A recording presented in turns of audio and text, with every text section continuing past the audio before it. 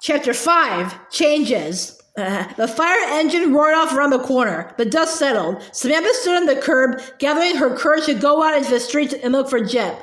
Agnes and Agatha ran up to her. Where is he? Agnes asked breathlessly. Where's Jip? Do you see him? Samantha shook her head no. I think he might be. There he is, shouted Agatha, hopping up and down. Look, he's going to that park across the street. I see him, shouted Samantha. She was so relieved. Come on, now we've got to catch him. The girls dashed across the street into the park. Jip trotted ahead of them as if he knew exactly where he was going and nothing would stop him. He darted through a crowd of women who were all headed toward a platform draped with signs and flags. Oh no! Agnes gulps. This is Madison Square Park, where the suffragist meeting is. Quick, let's get out of here, said Agatha in a panic. No, said Samantha. We've got to get Jip. Grand Mary won't mind if we're in the park for just a minute to get a dog. It's not Grand Mary we're worried about, interrupted Agnes. It's Cornelia. She's here. And if she sees us, she'll be furious. She thinks we're back in Gramercy Park. Cornelia? Samantha gasped. What's she doing here? She's at the meeting about women voting, Agatha said quickly. We heard her tell Guard she was coming. He said Grand Mary wouldn't like it, but Cornelia said she could think of for herself and she was coming anyway. Samantha was very confused. What was Cornelia doing with the suffragists? Grand Mary said these women were making spectacles of themselves. Was Cornelia doing something wrong? But Samantha didn't have time to think. Agnes grabbed her arm. Come on, she ordered. Let's get Jip and go. The girls chased Jip to a small pool with a fountain in the middle. He eyed the girls. As they came closer, he edged away. Give him some room, said Samantha. We don't want him to. Splash! Jip jumped into the pool. I'll dive in and get him, Agatha cried. She pulled off her shoe. Wait, said Samantha quickly. She grabbed Agatha's shoe and waved it in front of Jip, just as she had in Mount Bedford. Look, Jip, she said in a friendly voice. A shoe. Come and get it.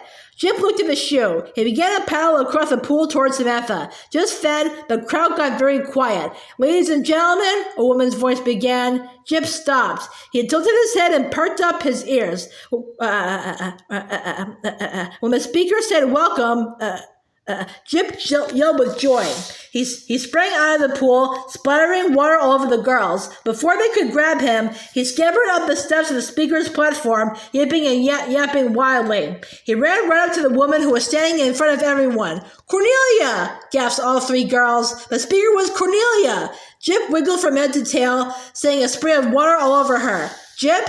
What are you doing here? Cornelia asked. Jip barked excitedly, and she scooped him up in her arms. Well, she said, turning to the crowd, this eager fellow wants to speak too. The crowd clapped and laughed. Cornelia's voice was strong and firm as she went on. The time has come for all of us to speak out. We must stand up for what we believe is right, she said. We must make up our own minds. The time has come to change the old ways. Women must vote. The crowd clapped louder than ever. Some women waved banners and cheered. Cornelia carried Jip back to her seat, and another woman rose to speak. As Cornelia sat down, she looked all around, searching for faces in the crowd.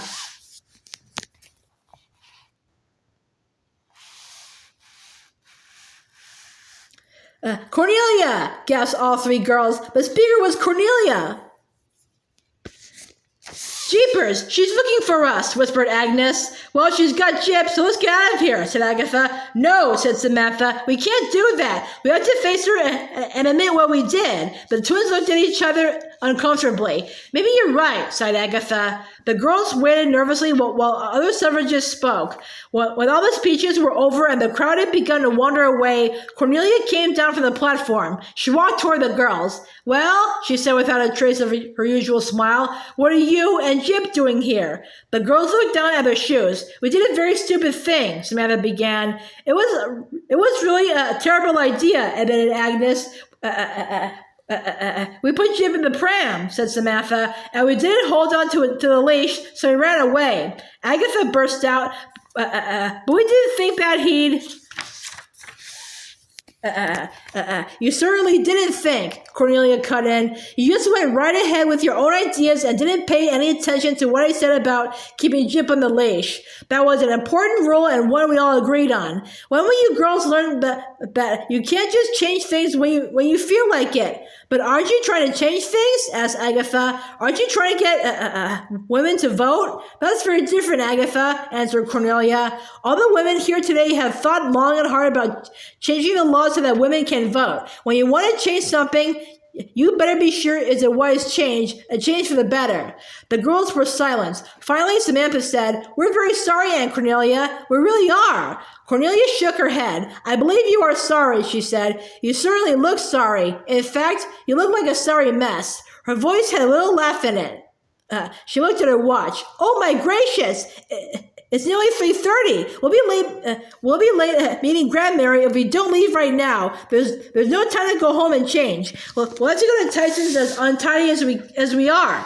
The girls were rumpled and wrinkled, and Cornelia's dress was covered with muddy paw prints, so it was a very bedraggled parade that Jip led to the ice cream parlor. When they got to Tyson's, Samantha saw Grandmary sitting at a corner table near the gleaming soda fountain. Her face was rather red, and Samantha was afraid she might be angry. Samantha rushed ahead of Cornelia and the twins. "Grandmary," she blurted out, "we're sorry to be so late and sorry that we look so messy, but we've had the most awful time. Agnes and Agatha and I nearly lost Jip. We chased him everywhere, and finally he ran into Madison Square Park. Remember the place where the cab stopped this morning? Jip jumped into a fountain there, and just when we almost caught him, he got away again. But it was all right because he ran onto the speaker's platform and right up to..." Samantha stopped. Oh no, she said. She didn't want to tell Grandmary about Cornelia. But Cornelia finished for Samantha. "Jip ran right up to me," she said, looking Grandmary straight in the eye. "I was on the speaker's platform."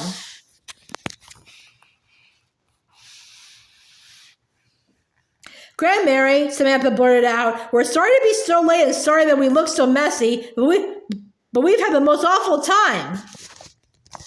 I know you were on the platform," said Grandmary. "I saw you. I was at a meeting myself." "You were?" everyone gasped. "Yes," said Grandmary firmly. "I was on my way here to Tyson's, but there were so many people around the park I couldn't get by. When I saw you up on the platform, Cornelia, I thought perhaps I ought to stay and listen."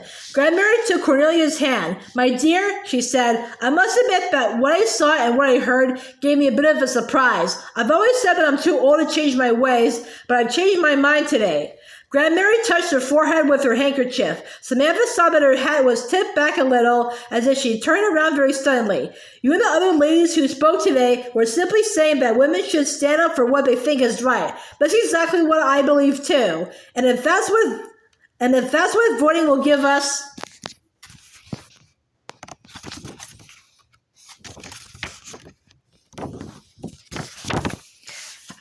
A chance to do, then I think women should vote. The time for change has come. Cornelia smiled at Grandmary. "Yes, it is time to change the old rules," she said, "and that's what makes this a wonderful time for these young ladies to be growing up." "Well, growing up is what we've come to celebrate, isn't it?" asked Grandmary.